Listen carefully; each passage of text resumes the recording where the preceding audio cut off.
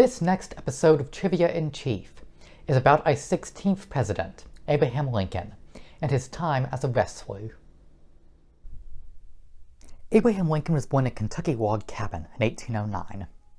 When Lincoln was 7, his family moved to Indiana. As a child, Lincoln loved to read. One of the books he read was Parson Weems' famed biography of George Washington, covered in my episode about Washington. As Lincoln grew, he became very tall and very lanky. At 6'4", he is our tallest president.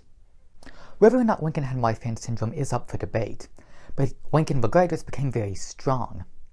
In 1830, Lincoln's family moved to New Salem, Illinois, where Lincoln became locally famous as a wrestler. At 300 matches, Lincoln was only defeated once. He was also said to be a trash talker. Lincoln has since been inducted into Wrestling Hall of Fame. In 1832, Lincoln served in the Black Hawk War. Afterwards, he became a lawyer and a member of the Illinois legislature.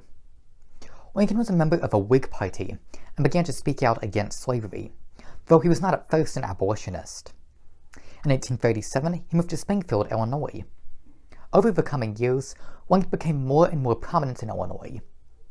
On May 22, 1849, Lincoln filed a U.S. patent number 6469. The device was for buoying vessels over shoals.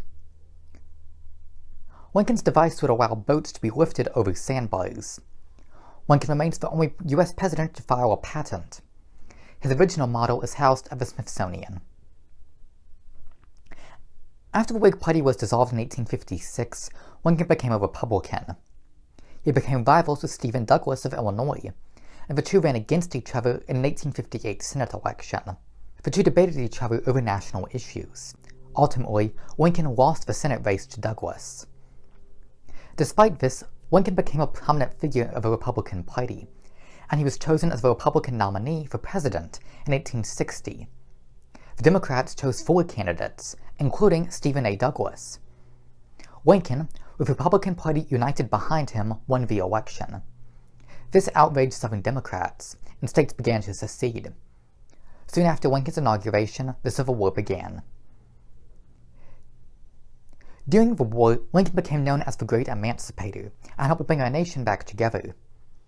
In 1864, Lincoln was a witness to the Battle of Fort Stevens, making him one of only 3 presidents who were present at a military engagement while in office.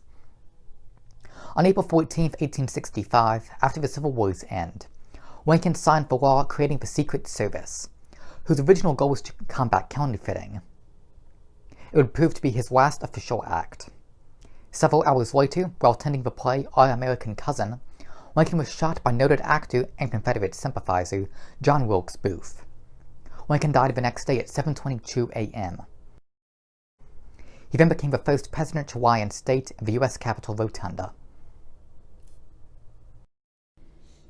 Abraham Lincoln remains one of America's favorite presidents, and his role in keeping our nation together makes him one of our most important. The next president was Andrew Johnson. Thank you.